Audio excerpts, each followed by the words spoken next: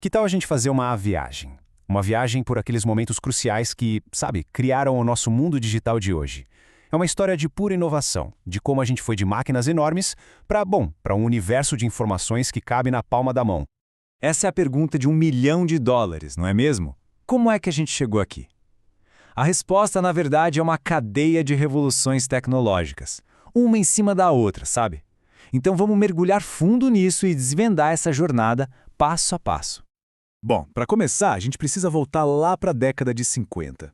Pensa em máquinas que eram gigantes, verdadeiros titãs. Naquela época, a computação não era nem um pouco pessoal. Era uma coisa centralizada, superpoderosa e, olha, para pouquíssimos.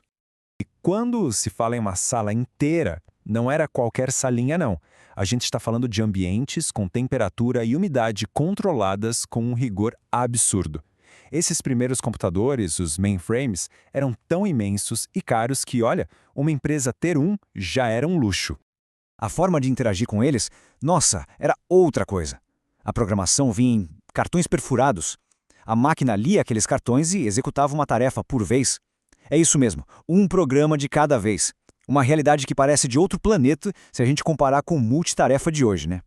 Mas, claro, a coisa não ficou parada. Já nos anos 60 apareceram os sistemas de tempo compartilhado. A ideia era genial. Vários usuários podiam acessar o mesmo mainframe usando terminais. Aí, em 7 de abril de 64, a IBM chegou com o System/360, que mudou o jogo e dominou o mundo corporativo. Mas ela não estava sozinha, tá? Empresas como HP e Burroughs também tinham seus gigantes. E o mais maluco disso tudo, os mainframes evoluíram tanto que estão aí até hoje, firmes e fortes, processando transações super importantes em bancos, governos. É impressionante.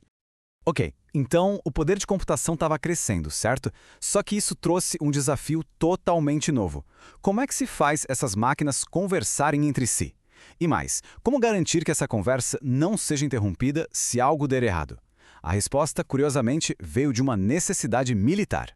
Pois é. A mãe da internet, digamos assim, foi a ARPANET. Era um projeto do Departamento de Defesa dos Estados Unidos.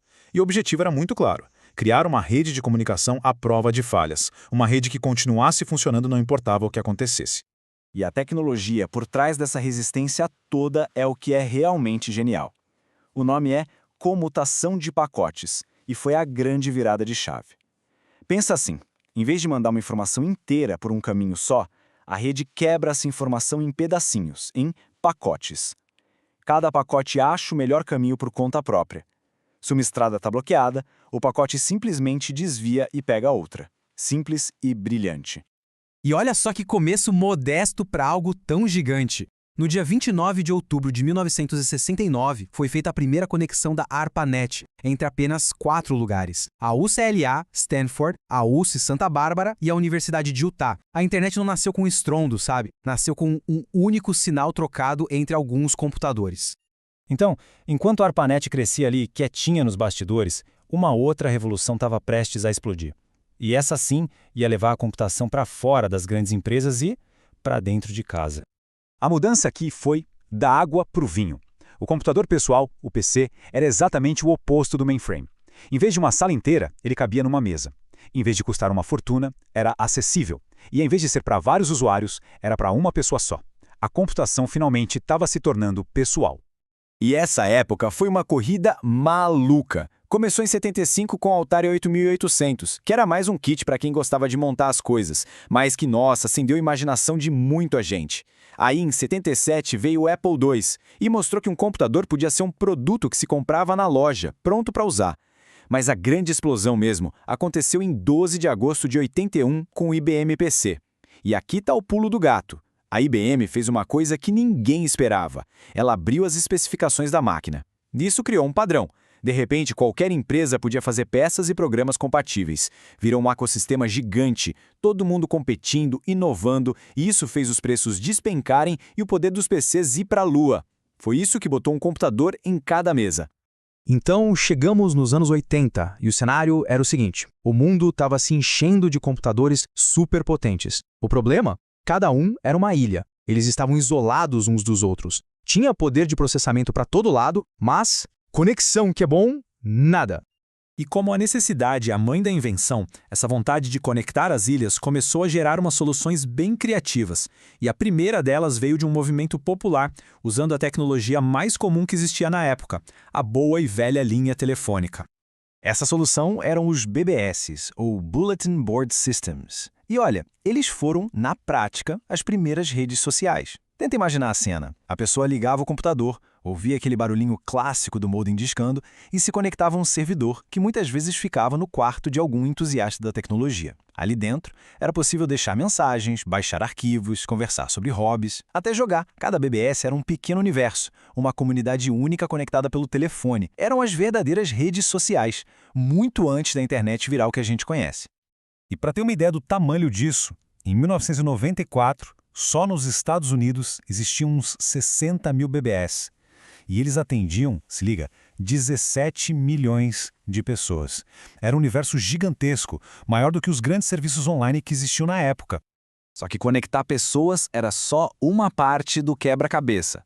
O próximo grande salto era sobre conectar a informação. E essa frase do Tim Berners-Lee, o cara que inventou a web, resume perfeitamente o problema que ele estava tentando resolver lá no CERN, o Centro Europeu de Pesquisa Nuclear. E a solução que ele bolou é daquelas geniais de tão simples, sabe? Mas com poder de transformar tudo. Em vez de criar um sistema todo complicado e fechado, ele propôs uma coisa aberta, um sistema de hipertexto. Basicamente, uma forma de criar links entre qualquer documento em qualquer computador da rede. O resultado disso? A World Wide Web. Usando o HTML para organizar as páginas e HTTP para transportá-las, ele criou um jeito universal e super fácil de navegar pela informação. E foi isso que pegou a ARPANET, que era uma rede de especialistas, e transformou num recurso global para todo mundo. E isso nos traz direto para os dias de hoje, onde a própria ideia de informação e computação passou por mais uma mudança radical, se soltando de vez da amarra de uma máquina física. A gente chama isso de computação em nuvem, ou cloud computing. E ela é, de certa forma, a realização daquela ideia lá da ARPANET, só que em escala mundial. Nossos arquivos, nossos apps, eles não moram mais num computador só. Eles estão espalhados numa rede de servidores pelo mundo. E o resultado é que a gente pode acessar tudo de qualquer lugar com qualquer aparelho. E com isso, a gente fecha o ciclo. Pensa bem, saímos de um computador gigante e isolado numa sala. Passamos pela democratização com os PCs. Vimos as comunidades se conectando com os BBS, a informação se interligando com a web, e chegamos num ponto em que a própria ideia de onde a informação está guardada se tornou irrelevante. O que nos deixa com uma pergunta no ar, né? Se essa foi a jornada dos últimos 70 anos, o que será que vem pela frente? Porque uma coisa é certa, essa evolução não parece nem perto de acabar. Talvez a gente esteja só começando o próximo grande capítulo dessa história.